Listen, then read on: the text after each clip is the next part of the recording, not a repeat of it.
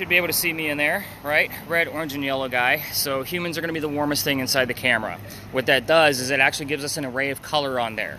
So I'm obviously the warmest thing in there. We're looking for cold spots that are going to be blue and black. The cool thing, the way I have this guy set up, is that there's a blue dot that's bouncing around the screen. The blue dot is there to help guide your eye when you're watching your video. It's showing you the coldest spot in the frame at that particular moment. So that way you can actually know where things are going to be happening. So the slower we move with this guy, the easier it's going to be to find those cold spots. I'm normally looking for about 15 to 20 degree temperature differences between the ambient temperature. The ambient temperature is also on there, plus we have other thermometer gauges that we're going to be using tonight. So average temperature tonight is going to be around 70, 71 degrees. I'm looking for anything in the 55 or below range on those cold spots, or any kind of shapes taking shape of a person right before our very eyes. So those things do happen with this camera as well, people that aren't actually there. So with that said, Lisa, you are super stoked about this, so I'm actually going to let you have it. I am going to stop your footage of how the REM pod works. All right, guys, spread out. Go have fun. I'll be with everybody in just a few minutes. Nick, you're super quiet, man. I'm just listening. Got to get you chatting. So, have you seen any numbers yet? 10. Oh, while we were here? When you were talking about light. Okay, so that's actually a pretty decent reading for this location. The normal spike that I'll see for this, and it's an average, is between 18 to 22. So 10 is good. At this point, I normally tell, because normally somebody will see like a 2.5, a 3. I'm like, all right, now we're going to escalate it, so I'm not writing down a million numbers. At this point, I want you to escalate it still. We're going to start off with 10 and see how high it's actually going to go. So if you started off with a 10, like that's usually a good sign. So now that you've seen some numbers move, let's talk about the REM pod, the motion sensor. Pull up the antenna. On the other side, if you flip the device around, there's a little flap. You're going to lift it up this way, and there'll be 2 buttons underneath. See the little hole right there? There you go. It doesn't stay up. So the one on the right, closer to the edge, is the one you want. Click it into the device. Alright, so when you turn that device back around to see the front, turn it slowly, because every time you move, it's going to go off. There's a way to get rid of those false positives, so we actually know if it's coming from you or from something else. So the way it's going to go off every time you take a step, and I normally hand this to females because they walk more graceful than we do, which is so you know. But with this, every time it goes off, right where your thumb is, there's 3 buttons. Find that bottom button on the side. You always want to have your thumb kind of resting there. So every time it goes off from you moving, you're going to click the reset button and stop. See if it goes back to the same color.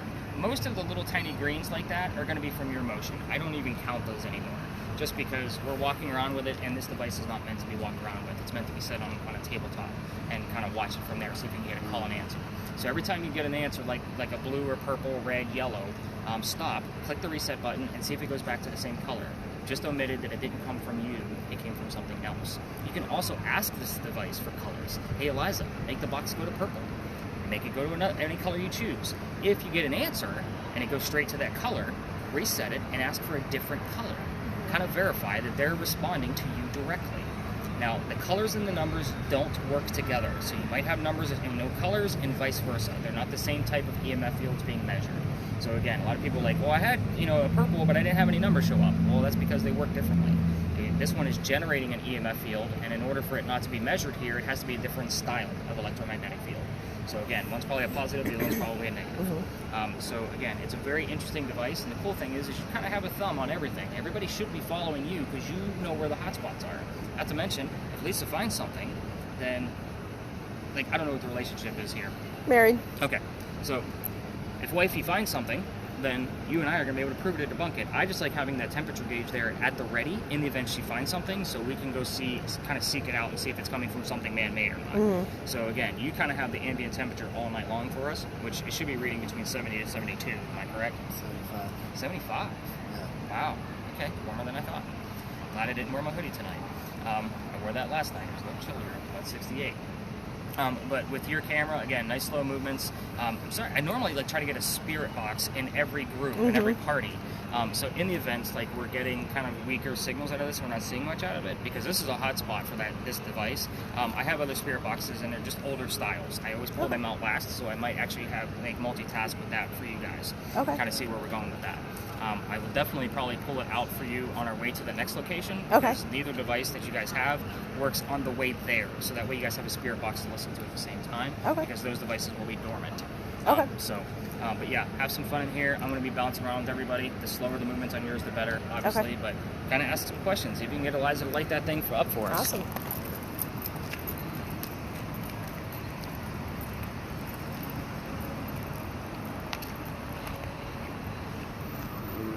So you said when he was talking about Eliza over here, it lit up, yeah? Yeah.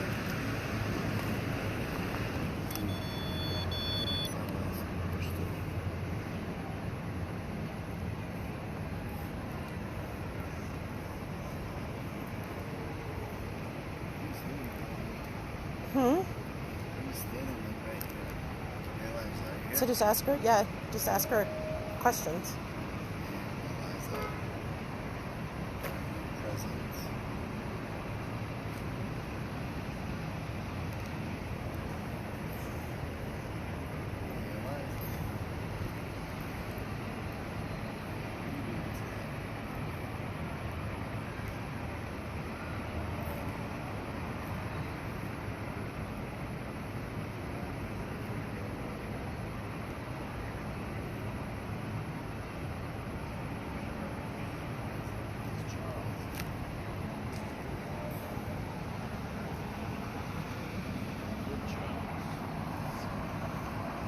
Are you seeing anything? No? It's a 4. Okay. And I said Well. Charles. So maybe see if she can... Yeah, Eliza, can you make this move?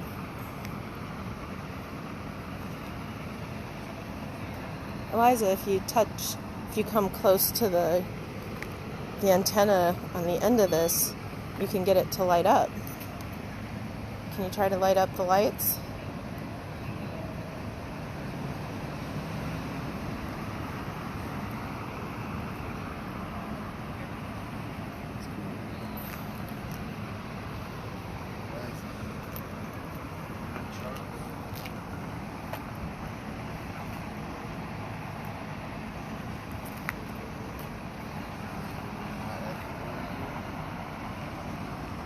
Here, do we want to walk over this way a little bit?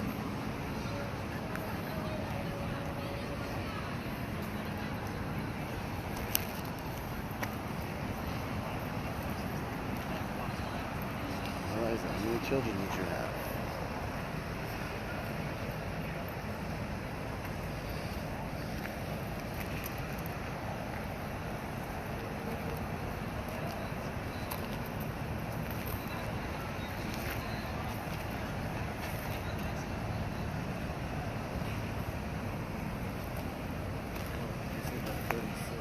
What? Yeah.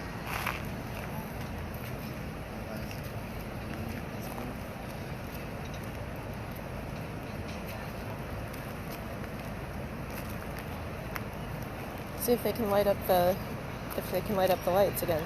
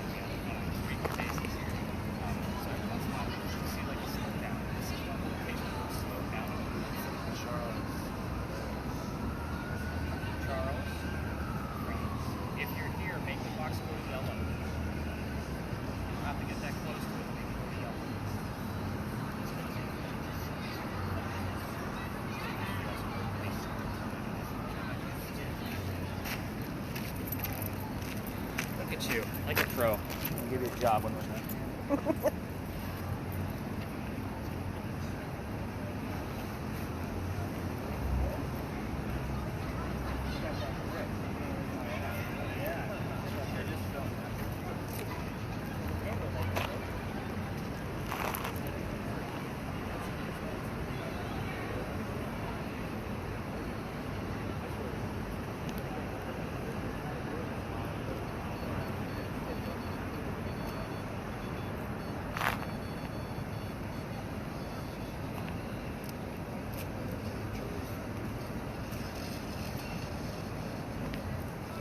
Do you have a spike going too, or just the light?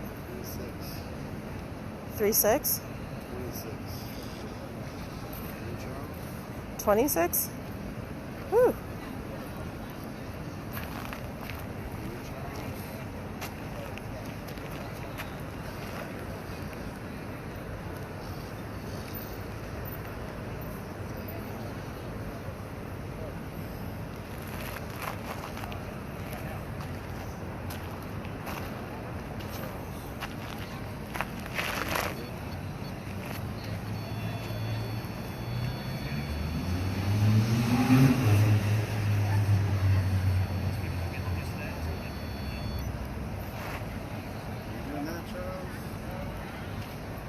You got anything?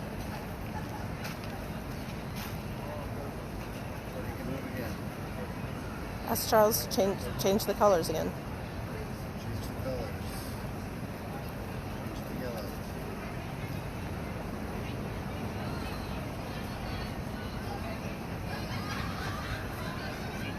Yellow.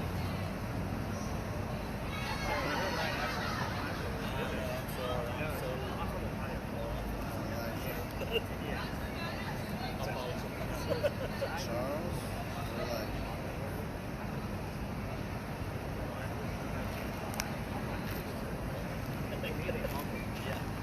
And we do. We also compare it by name.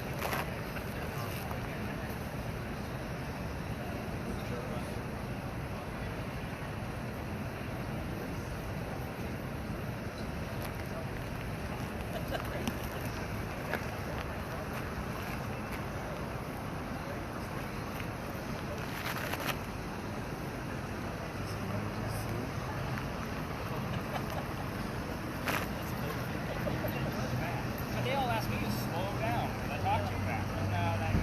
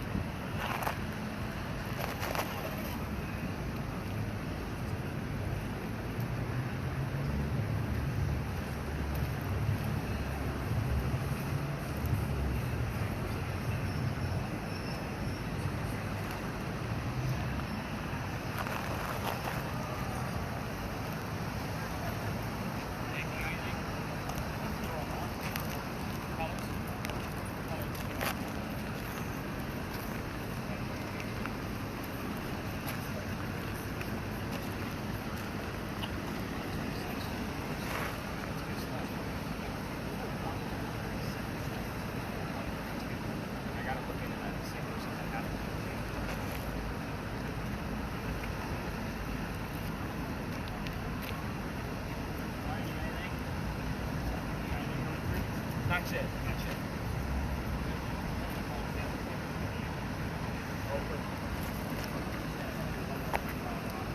That's all back again. Anything crazy going on with the cam? No, not really. Even when he was getting the hits, Yeah. I didn't see anything.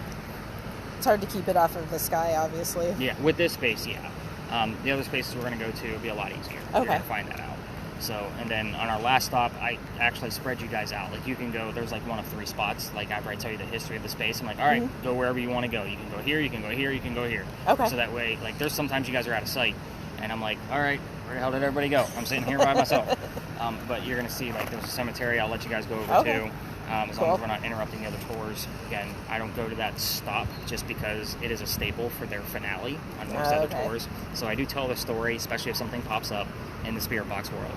So if something actually comes through, I tell the story, tell you why they're all going over there, and then I say if you want to go check out the cemetery with the film, you can. You can also go out to the front of the building if you want to, but we're going to spend a lot of time over here with the spirit box work just because we can spread out. Right. And you'll see the space once we get there. But it's a fun one. It's a crazy-ass pirate story that I didn't even believe in when I first started doing this. So that's cool. Yeah. I know that's when I had seen some of the bigger ones. Yeah. And stuff, and when yours actually came up off a TripAdvisor, I was like, ooh, I like that, because A, it's the equipment, and B, it's small. Yeah. And that was well, if I'm chasing 20 people around, I mean, you see me bouncing like a ping pong ball now. Right. So it's a matter of, like, you guys got to have fun. I Yeah. got to remember names. I'm not going to remember 20 names. For sure. You know, Tina's name. Tina and Chris. Obviously, I didn't remember Chris's name, so that was, and they've been with me before, back in April. But I see a lot of people. Yeah, so, for sure, if you're doing this every night. Yeah. Unless it's raining. Electronics don't like water. I found that out. Yeah, I would guess that. Yeah. So when I have to cancel or reschedule people, most people understand if I say I'm saving my equipment because it's my livelihood. Right. Sorry. I kind of have to protect this stuff. Yeah. Even if it's like a 15-minute rain, I still cancel. Yeah. Like, it's just one of those pieces where there's no shelter for us to get to, especially if it's like a 9:30 right. kind of thing. Like, we got nowhere to go. Yeah. So, kind of stuck out in the open. Quick question. yes. I noticed that the timer helps with Little schooling on GoPros, they make giant film files. Okay. So those files are about 4 gigabytes so apiece. limited to like Right. So,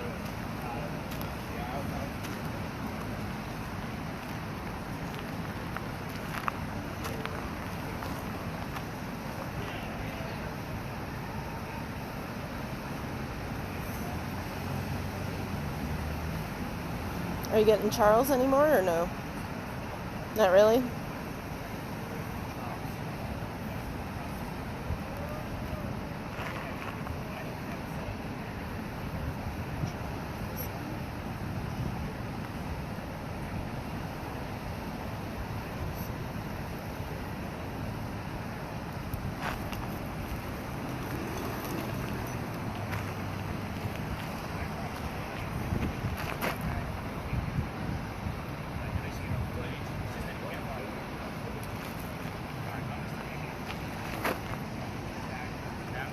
Alright guys, let's head back to the car. I think you guys have given quite a bit, so come on you two, let's head this way.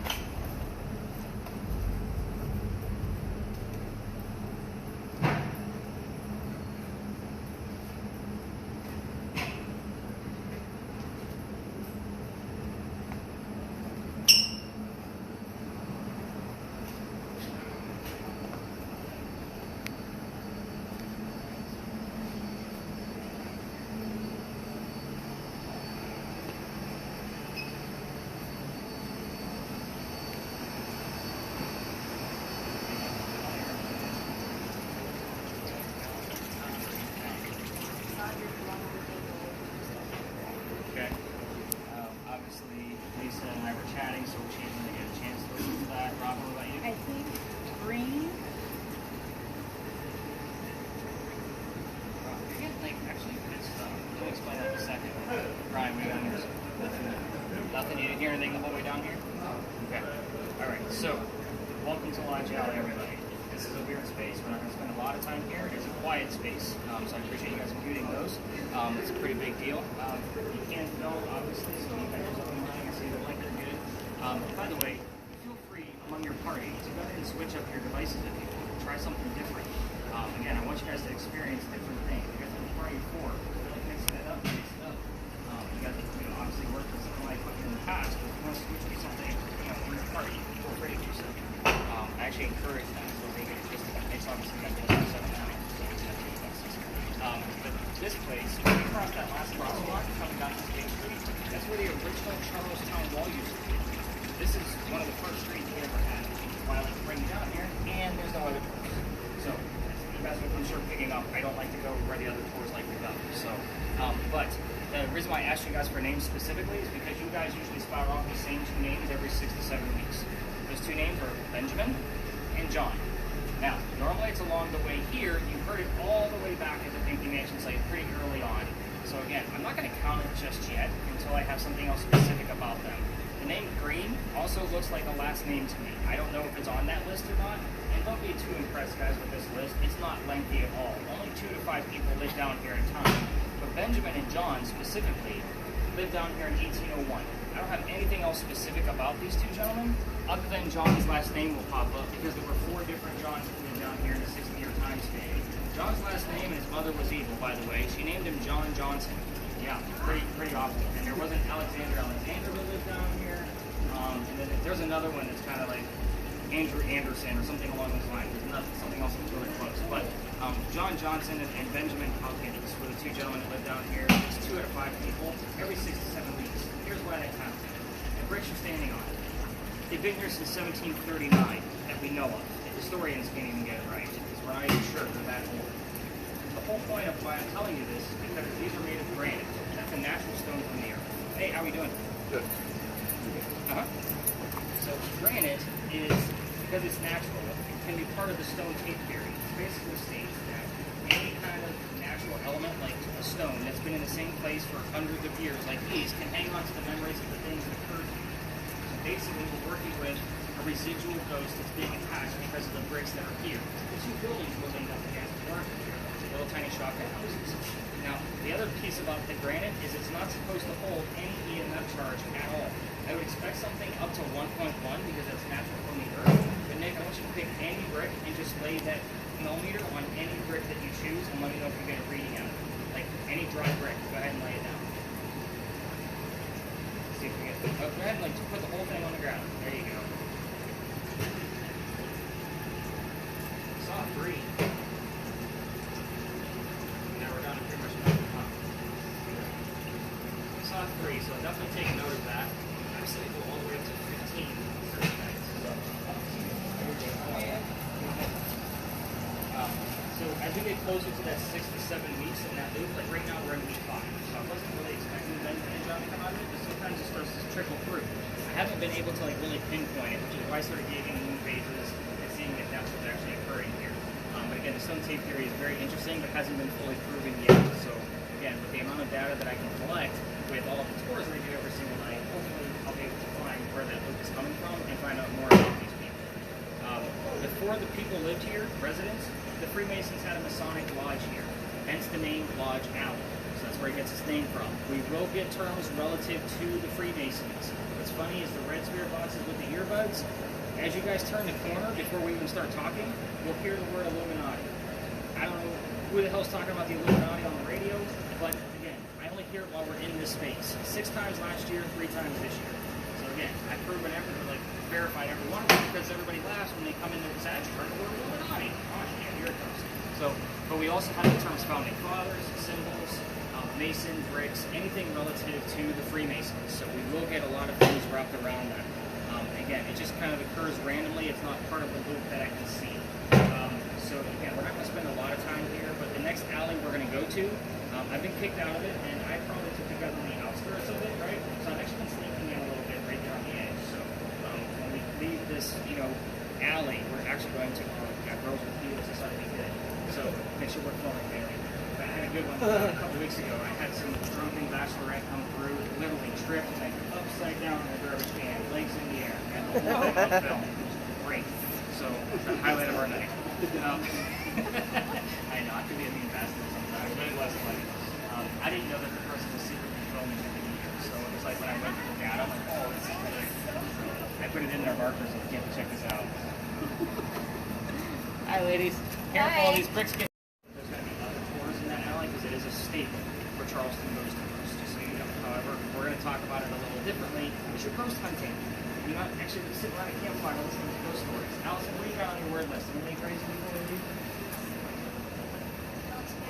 West, Counterpart. Counterpart and West.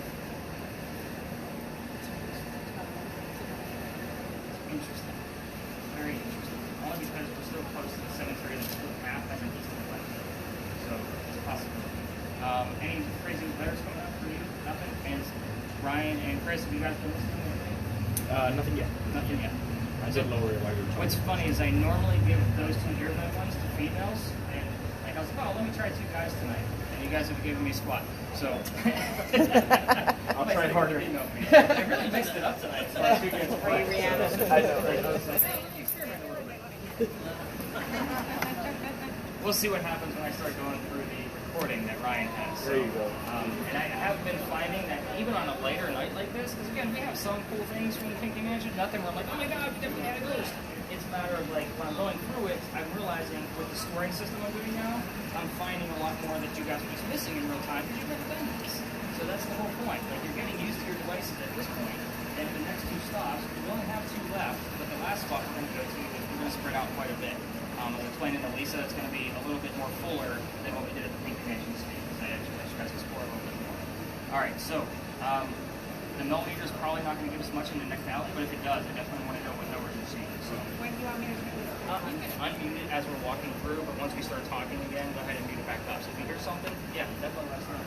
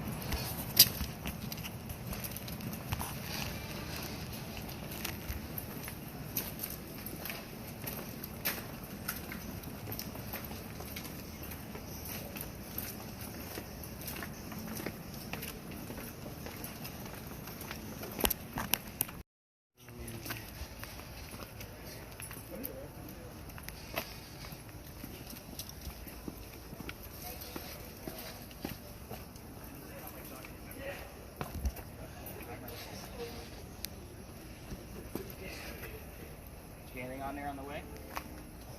Maybe ballpark, but I Ballpark? could be wrong. Wow. I don't even think that's close to being relevant to our space. Yeah. Anybody else get anything? Patch. Patch. Chris, nothing? Meat? As in meeting. Okay. That would almost make sense here. You're going to find out why here in a second. I was going to be more excited about meat as in like a dead animal. Just because this alley used to be, before a long time ago, it used to be called Cow Alley. It's because this is where they kept the livestock.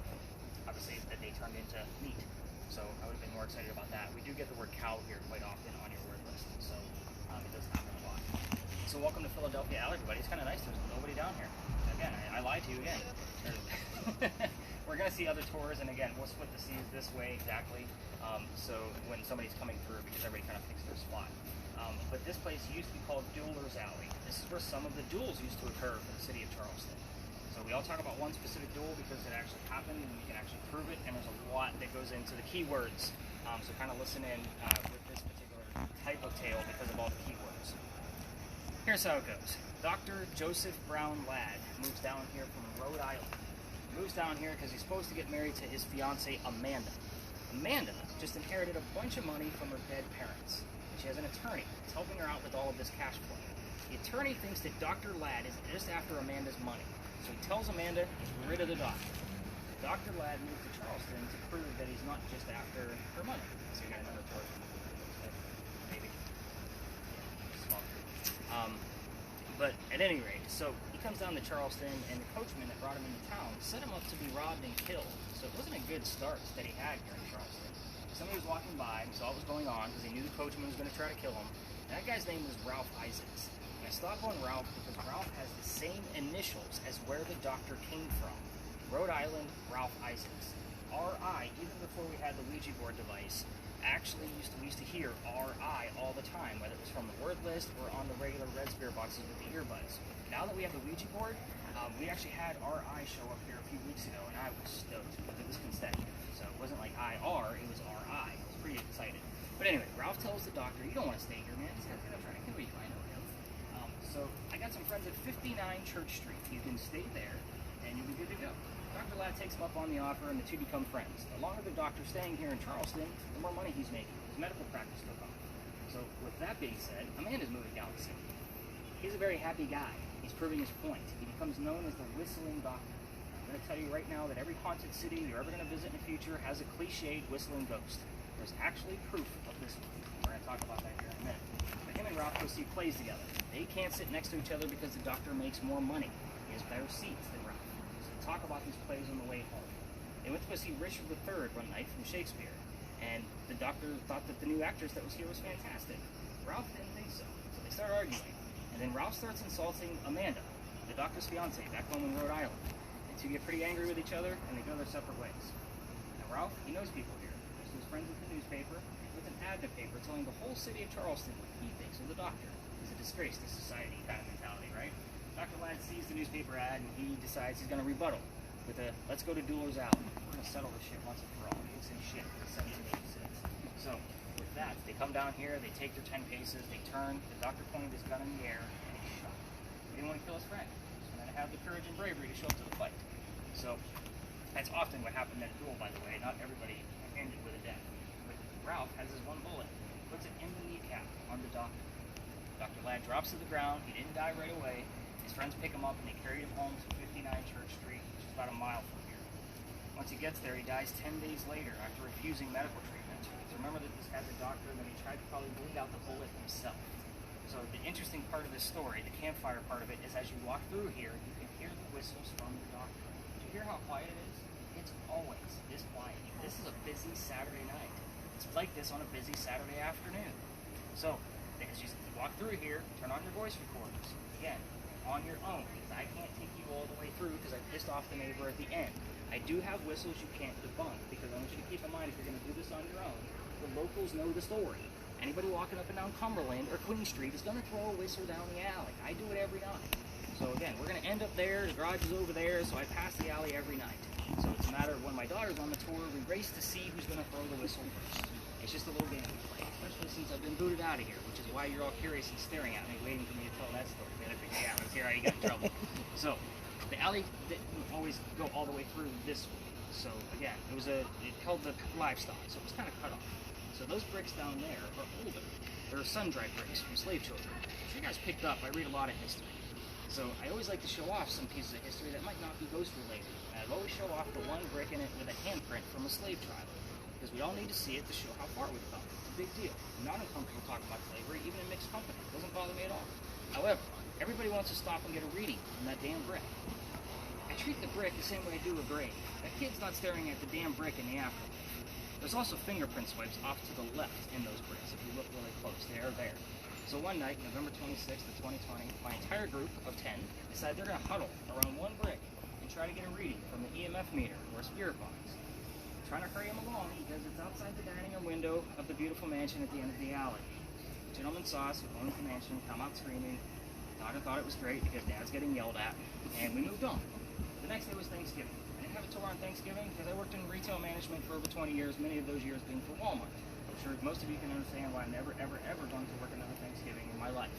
So I took that day off, but I got a phone call on the 28th. It was the tourism office asking me to go down halfway, which is what we're allowed to do, or to reroute my group. I didn't think it was fair for my groups of 10 to try to investigate around 20 to 60 other people that are normally here. So I decided I'm going to reroute the group.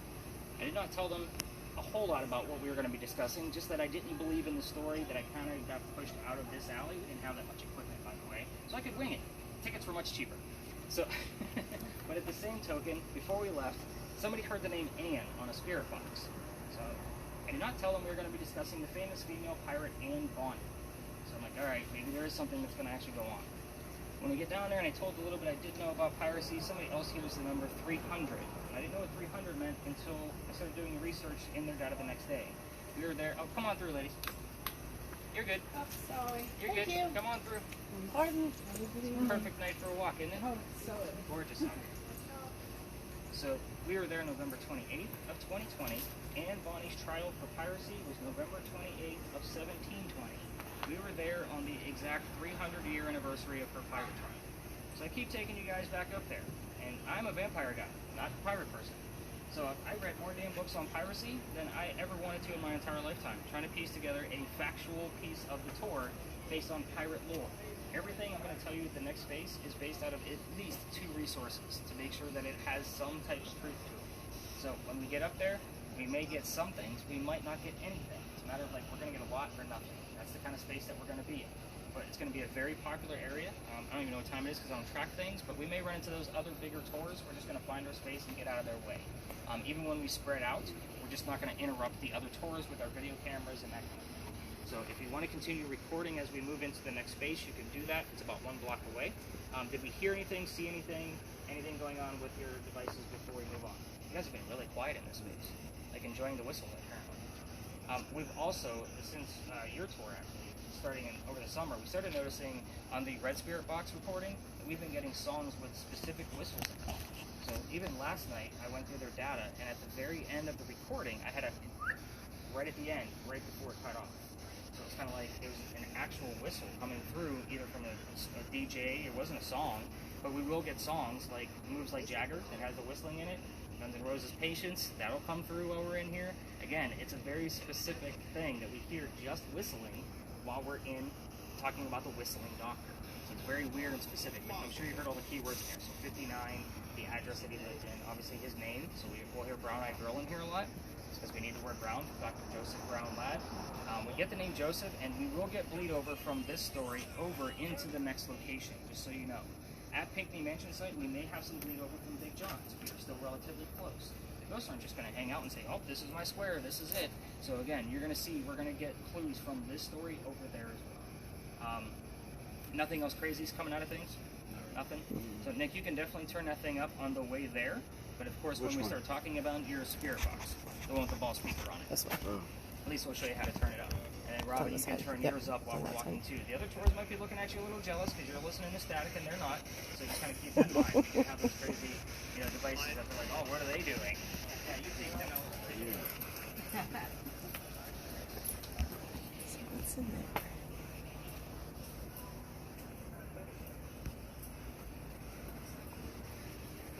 It just kept going really red behind him. So I was just trying to see what was going on in there. Medicine. Medicine?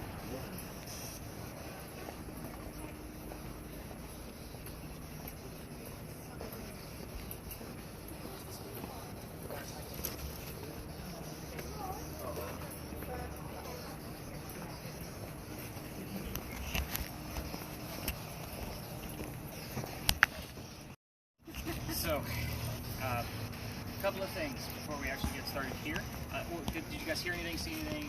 Okay, I always like to check in before and after we do the space. So, we're going to see a lot of tours cutting through, which is why I bring us to the back. A couple of things that may have changed since you guys took your tour. When you guys get your data back tomorrow, you're also going to see a link to a field guide.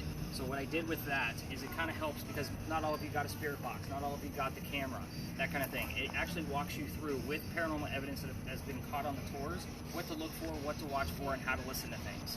So again, click that field guide. That way you can learn more about the device that you didn't have, that you have the media for, if that makes sense.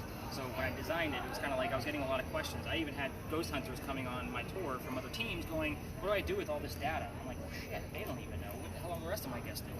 So I created that field guide so that way you guys knew exactly what to look for. And there's a lot of paranormal evidence in there. So if you're curious on what we've caught with the cameras or things that I've caught with disembodied voices on the Red Spirit box, there's examples on there just so you know how to listen to these things. So where the heck are we? We are at the Gunpowder Magazine. We are here. Well, first off, let me tell you that those are not crosses on that little building over there. That's the building we're going to be discussing, the real small part of the front. Those crosses are earthquake bolts. If you're not familiar with earthquake bolts, the gist of those is that they're turnbuckles. In the event we have another earthquake, like what we did in 1886, you can turn those turnbuckles, and it's supposed to straighten the building back up again. Great idea, just doesn't work. So the only reason I bring them up is because that's the first set of earthquake bolts that Charleston put in. Now, you guys have been walking around the city, and they're on a lot of our buildings. It's just part of our Charleston charm.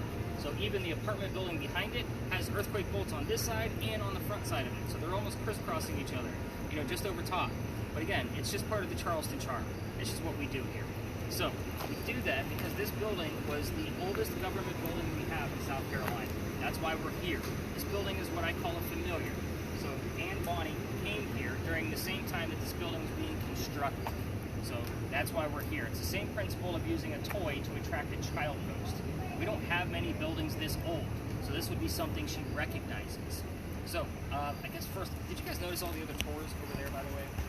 Like all over St. Philip's Church. So, you guys want to know why they're all over there? I mean, I can continue with pirates, or we can talk about what they're doing over there. What are they doing? All right, fair enough. I got a direct, what the hell are they doing? Yeah. So, two sides to the cemetery. The side that they're looking at has a sign on it that says, there's no ghost here but the Holy Ghost. They don't want people like me with crazy cameras and gizmos and gadgets trying to recreate what actually occurred there. So here's what occurred. They're making it some big elaborate story, and I let them have it because it's their one show and tell. You guys show and tell is in your hands. So that's the difference. I let them have that little one over there. But I do like to talk about it because it is interesting on how it actually pops up. 1888, a young lady dies by the name of Sue Howard Hardy. Now, Sue Howard Hardy's initials, which we talked about because you're ghost hunting, SHH. It's very cheesy, very campy, and I hate even telling you, but we get it all the time. Shh. It comes up all the time. So, Sue dies 6 days after her stillborn child. Very sad story. They make it this big elaborate piece. 1987, local photographers taking pictures of all of our cemeteries. He captures an apparition in a photograph. It is a very well-recognized apparition for ghost hunters like me that study this thing. So, the picture, he doesn't know what to do with it. It's 1987. He doesn't have the tech that we have now. So he sends it to Kodak. I don't think I have to explain what Kodak is to this group. That's kind of cool. These guys laugh, but the teenagers have no idea. They all think it's a bear. Yeah. So Kodak doesn't know what to do with the photograph either. So what happens with the photograph is it's like gold for guys like me, but it is cursed to females. Females that handle it, even in a digital format, are said to have the same symptoms like what we talked about at the beginning, the headache, the nausea, the dizziness. Pregnant females are probably not going to have a good pregnancy based on the gist of the stillborn child in the story. I'm not going to be the guy where somebody had a great honeymoon or vacation and 9 months later I cursed your family. So when I show you the photograph, don't touch the damn tablet. So again, the other tours, they'll just hand it around so they can show it to everybody. Like, yeah, stop doing that. Even if we do have something relevant to Sue Howard Hardy and the photograph is in the link that I have to prove and verify for you, it'll say warning cursed photo. So the females aren't opening it up on their phone by accident and then handling it, and all of a sudden you got a massive headache that you can't get rid of. So again, I take this very seriously, as I'm sure you guys have caught on to. Like, this is me 24/7. Like, this is just how I do it. Even at home, my wife makes fun of me. Do you do anything that's not ghosts or history? I'm like, nope. I was playing Assassin's Creed today because it's about Greek mythology. All about history. That's what I do. So the photograph, I'm going to go around the horn so everybody can kind of see it 2 by 2 because it is very interesting, and I got to zoom in for you. So this is the full photograph that he took. This is your apparition. That is a woman praying over her own grave with the baby basket next to her. This is also another instance where the baby is probably buried with mom. So there's your full photograph. Your apparition is right here. You can see where that would look weird to him, but everybody misses the baby basket right next to her. And this is Sue's grave. And I did go through the records trying to find more about this baby, and I can't find anything about the birth or the death of the child. Photo, apparition, woman praying over her own grave, baby basket next to her. Weird thing is, I'm guessing that the baby is buried with mom. More still, because another photograph or something like that. Again, I don't always tell this story. So there's your apparition. She's praying on her own grave. So again, this is a pretty well-known apparition. Apparition would be a link or something. So back to pirates, right? Let's kind of get back to that. I think I'm going to need a drink of water. You guys have been very attentive and making me talk a lot, so I'm going to take a quick drink. I'm also going to take the bag off because I get to go right through the bag. I get a little bit animated with pirates. It's a good time. I even have another video game I'm playing that's nothing but pirates. Damn it, I can't get away from pirates. I want my vampire stories back. So, again, this building took 10 years to build. Does that sound like our government? Small building, 10 years? Not at all, not our government. So, our story begins right in the middle of it. 1708. Follow me, there's a lot of twists. Young lady named Anne Cormack moves here from Ireland. She's with her father and his mistress. The mistress turns out to be Anne's mother. Yeah, it's a twist. You got that one, Robin? You're kind of looking like, okay, that's why I slowed down here. Now, the three of them are running away from his angry wife. How pissed off was she that you got to leave Ireland to come here? Just putting that out there. So they land in Georgetown. Dad bought a plantation in Georgetown to have a rice plantation, and Mom died pretty quickly after that, which means he has to send young Anne down here to sell things from the plantation to keep things afloat. So that's why we're here. The building is familiar. Anne back home in Ireland is said to have been kind of a badass chick. She was like 7, 8, 9 years old. They say she killed one of her servants with a knife to the belly. So again, just putting the mentality of this young lady as we go through her story. The building was finished in 1713. Fast forward, pirates are coming here in 1715. Anne is about 16 years old at this point, and she is stoked with pirates coming here because she's going to fall in love so she can earn her freedom just like a man. It's a man's world at this point. So she falls in love with guy number 1. We're going to keep tallying. There's a handful. Lisa, go ahead and chuckle. It's funny. So guy number 1 turns out to be James Bonny. Wow, look at those lights across the street, everybody. Hurry up quick. Did you see him? Did you guys see the on her shoes? Like, seriously? Don't lose your tour guide because those big neons on their shoes. Wow. Okay. Taking. Sorry. Wow. So James Bonny is a filthy pirate. Dad didn't approve, obviously. So they elope to Jamaica and they get married. So obviously Anne Cormac is now Anne Bonny, famous female pirate. Now this guy is not the Captain Jack Sparrow she was hoping for, right? Because that's what every young lady wants, is a Captain Jack Sparrow. This guy is a privateer, which means he's a spy for the British. He's a coward in her eyes. So she falls in love again a few years later. This guy is John Rackham, aka Calico Jack. This is literally the historical figure that they based your Captain Jack Sparrow character off of. And yes, he is the Captain Jack Sparrow she was hoping for. He does have his own ship, and Anne wants to be part of it. You can't put a girl on a pirate crew. Does anybody know why? Bad luck. Bad luck, right.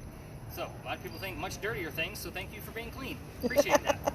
So it is bad luck. So he makes a deal with her. Watch If some you dress pirate like stuff. a guy and look like the crew, then you could be part of the crew, but you're going to be a female in my quarters. We're all adults here. Well, first off, she was okay with the cross-dressing bit because Dad used to hide her as an apprentice boy back home in Ireland to keep her away from his angry wife because she didn't know about her. So, again, she's okay. It's a man's world. Being a female in his quarters, she's eventually going to get pregnant. You can't have a pregnant pirate guy on the crew. Somebody's going to figure it out that she's a girl.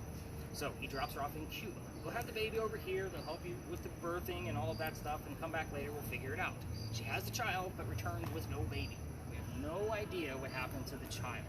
No amount of research I found gives me any type of history on the child. The weird piece about this whole part of the story is that she comes back dressed as a female. This makes Jack pretty angry, because now everybody's going to know that he let a girl on the crew.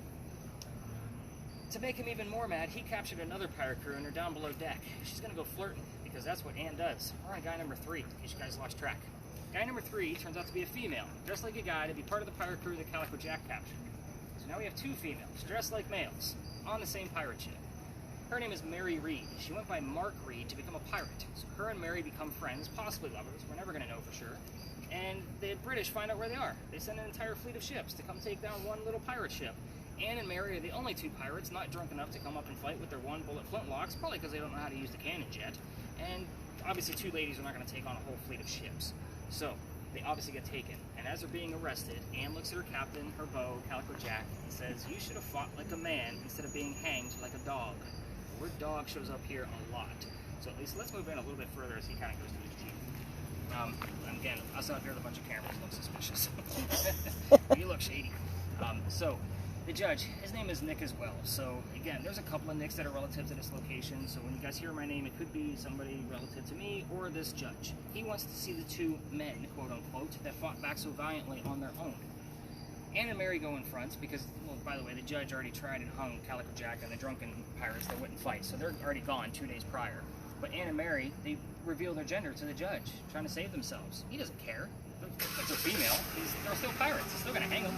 "We plead our bellies," was the last thing they shouted out to him, because you can't hang a pregnant woman in 1720. It's illegal. So he sends them both back to jail, delays the hanging. Dad is still here in the Georgetown, Charleston area with all of his Irish money, and he bails out Anne, brings her back home. She remarries. That's husband number 2, because she never married Calico Jack or Mary, and it's guy number 4, because we're still going to count Mary. We don't know. Has 4 children and dies at the age of 84. Yes, very abrupt, I know, but we don't know much about her after her pirate career, and a lot of that is rumor and speculation. Some say that she stayed right here in Charleston, others say she went up to Virginia. So take your pick on that one. As far as Mary Reed goes, she died a year later, 1721, in that Jamaican jail from whenever pirates die from, in a Jamaican jail. So again, it could have been scurvy, could have been anything else gross that you want to imagine, but most articles will tell you that it was just fever. I call bullshit on that. There was a whole lot of diseases going on down there at that point in time. So 2 questions I left out for your spirit box work. I left out the names of Anne Bonny's parents, the father and the mistress, on purpose. I also left out the name of Calico Jack's ship. So if you want to ask those 2 questions, everything else is fair game. Ask whatever the hell you guys want to over here.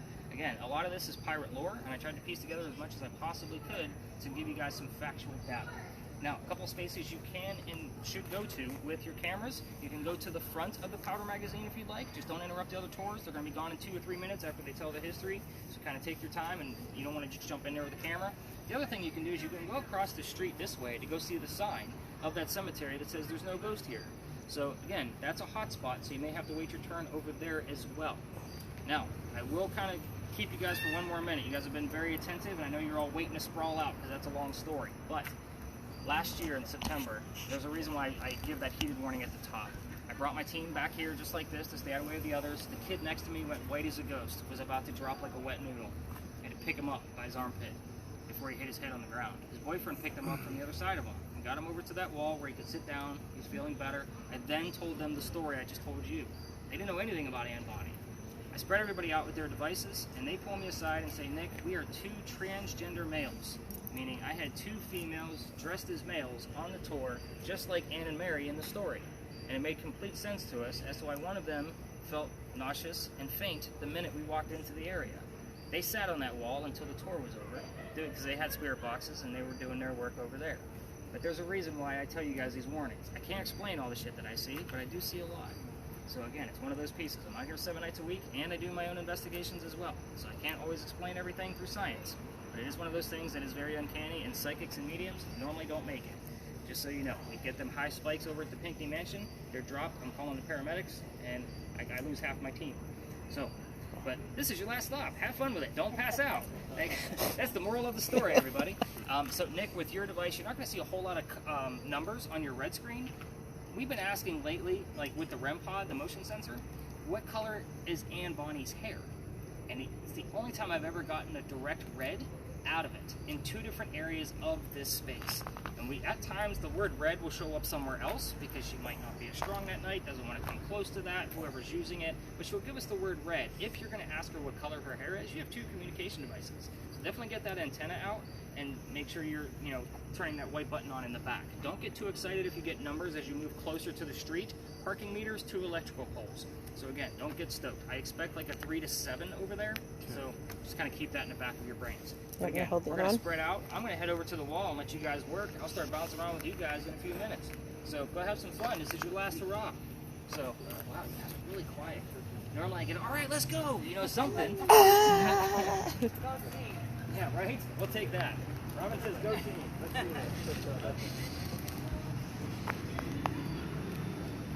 Hit that reset button. You got it. Perfect. So what do you think?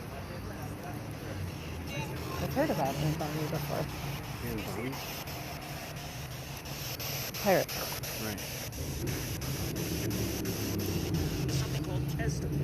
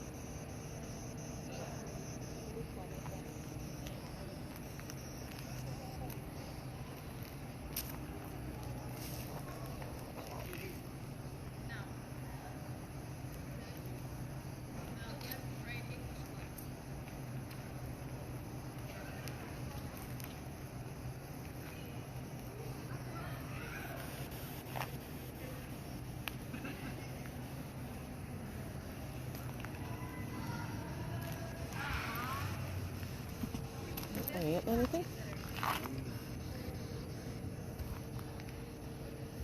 Have you asked any questions? Nothing too crazy.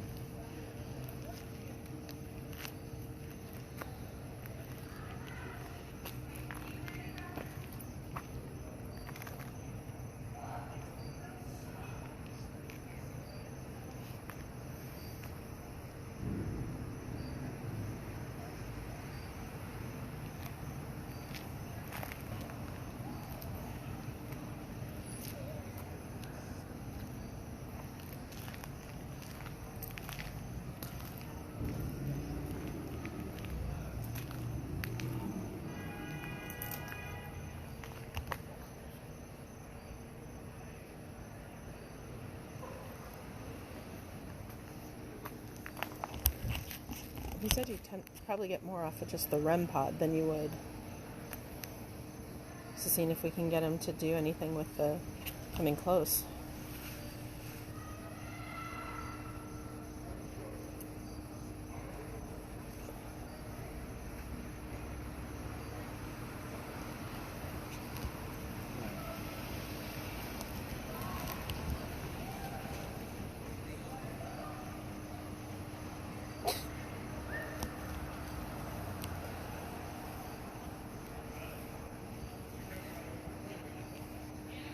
Anne, are you around at all?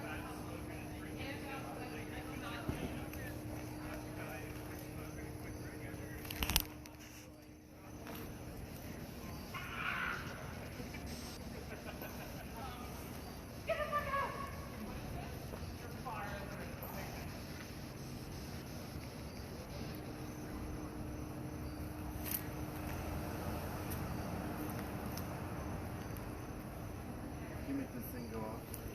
Hmm?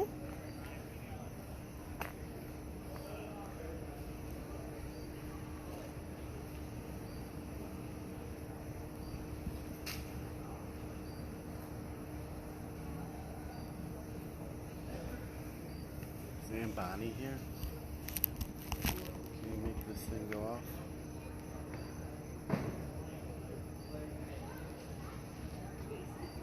Can you light up the colors to the color of Anne's hair?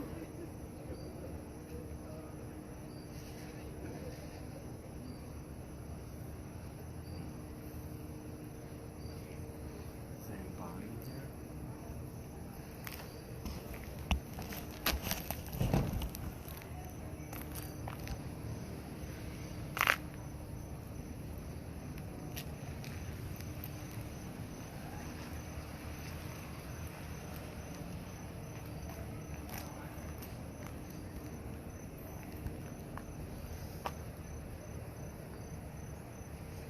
It's 2200.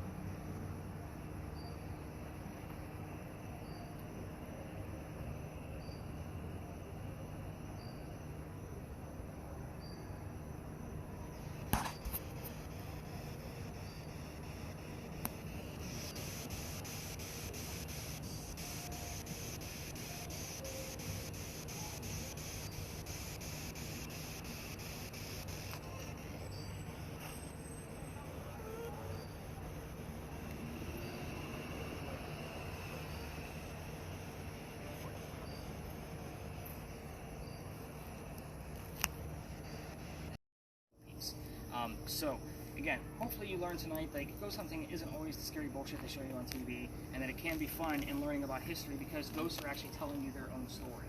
I hope I withheld enough information for you to where you actually weren't like expecting certain things to pop up, but it gave you enough, just enough to be able to verify like what's actually going on with your devices. The cameras, again, not always the most lucrative work in the field. You're going to get these videos back kind of crazily. I mean, they're going to be spliced together. What I was telling Bailey earlier is his actually goes in reverse. There's no way for me to refix it, so all of his files, you're going to see us here first, and then it's going to go backwards, all the way back up to Big John's. So again, but the other thermal, like, it does go sequentially. Everything else will be, obviously, and I'll do all my markers in the morning. Again, you guys were a fun group, but very attentive. I was looking for smiles because